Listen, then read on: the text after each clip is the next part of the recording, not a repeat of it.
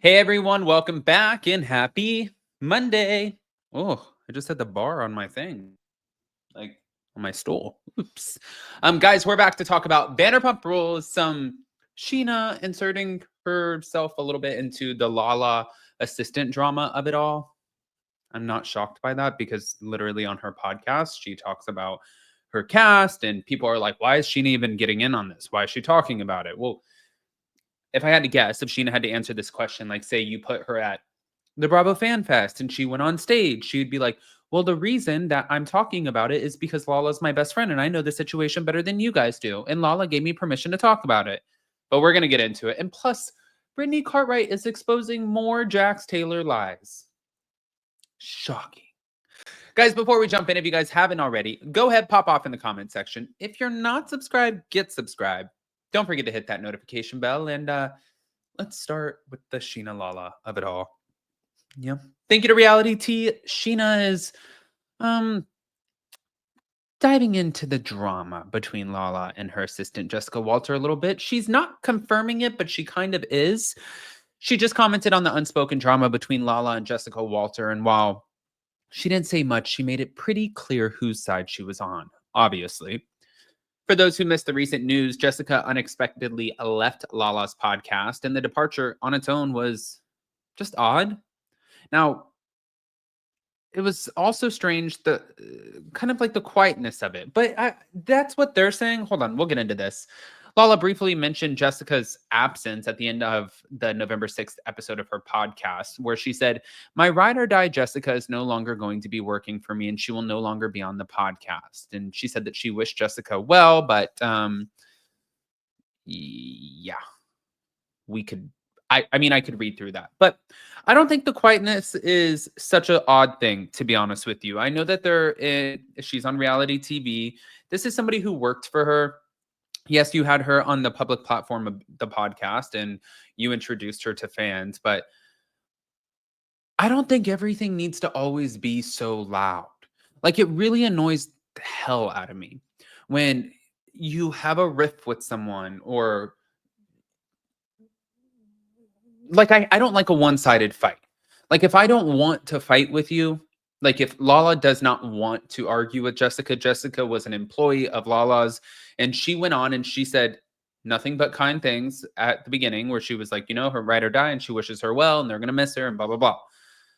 Then I say there's no reason for Jessica to really make a statement, and I think that she should just leave it alone because that was your employer. And what is it going to do for you, unless you are just trying to ride this wave and get attention off of it? What is the point of addressing? Those are Lala's fans. They're not Jessica's fans. They're Vanderpump Rules fans. Jessica's not on Vanderpump Rules.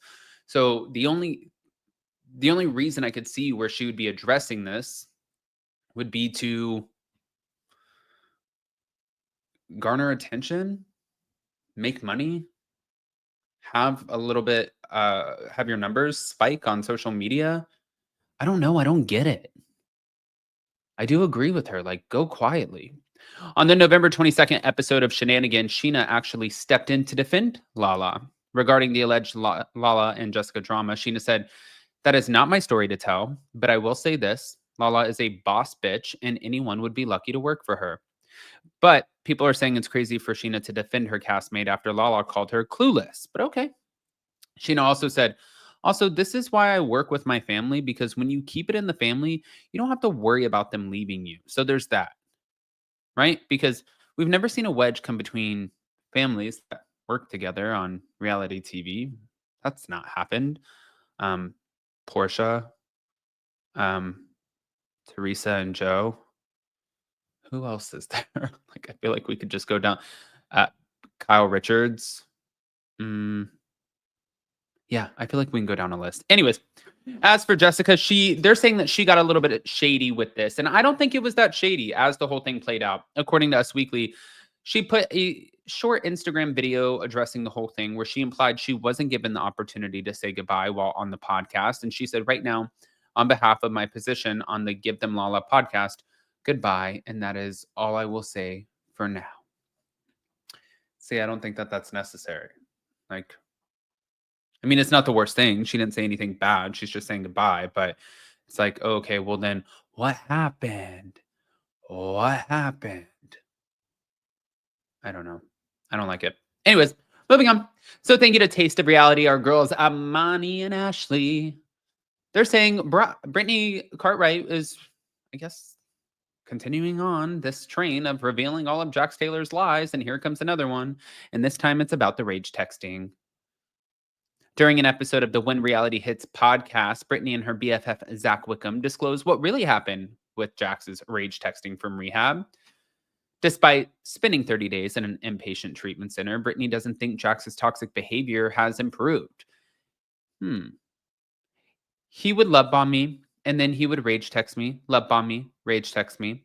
She said another thing he said on the podcast is that he noticed he was doing that to me and stopped halfway through while he was in his stay at the mental health facility. That's not true. What actually happened is he was rage texting me so much, and he only had 2 weeks left in the facility, so I blocked him, and that's the only reason that the rage texting stopped, because I blocked his phone number so he cannot contact me whatsoever anymore. So Jax acting like he stopped because he noticed what he was doing is yet another false narrative, and that's not what happened. Oof. And then Zach Wickham entered the chat. Yeah. He said basically at every point when Jax says something, everybody should be questioning what is coming out of his mouth. Every single thing that he does, that he creates, is a false narrative. And anytime Jax's lips are parted, it's a lie. It just is. And Brittany said that's so true. But in case you guys missed it, Jax continued to insult and cuss the mother of his child via rage text from rehab. And Brittany doesn't feel like Jax changed at all while he was away for his 30 days. And we're sure it's going to be all on the show. But here is the clip of them talking about it, just so you guys can get an idea of exactly what we're talking about over here. Hold on. Play. I love a good clip. Present. Share screen.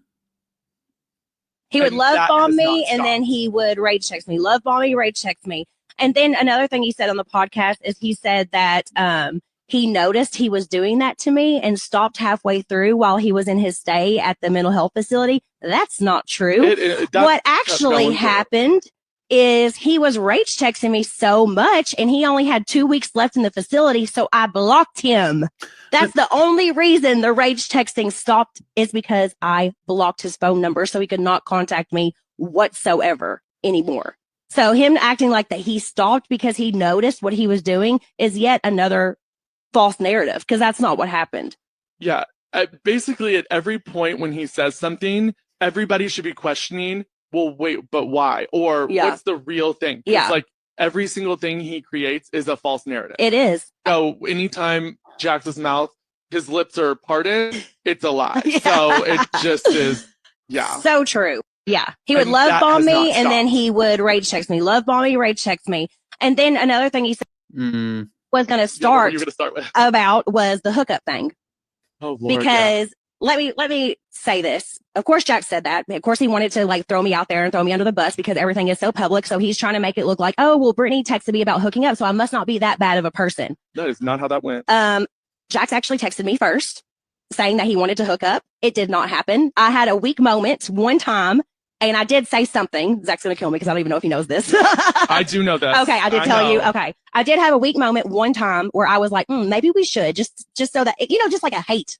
But it did not happen. We did not hook up. So, but he said it to me first. And of course he goes on that podcast and tries to out me and make me look like that I was like trying to hook up with him all the time. It was a one-time thing. He said it to me first, and it never happened. I want to make sure that is very, very clear. I've gotten a lot of hate from a lot of people that like listen to the podcast and stuff. Underneath of the comments were so negative.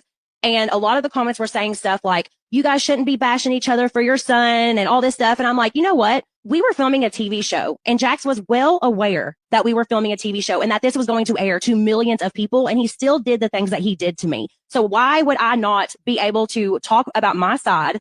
Because his son will know these things for himself. Was going to start about. I mean, she has a point. She has a point. All right, guys, I want to hear what your thoughts are. Pop off in the comment section. Jax Taylor caught in yet another lie. Can you scoot your way out of this one on your little scooter outside of the... I don't even know what that was. pop off in the comment section, smash the like button. If you guys are not subscribed, get subscribed, and we will see you later. Love you guys.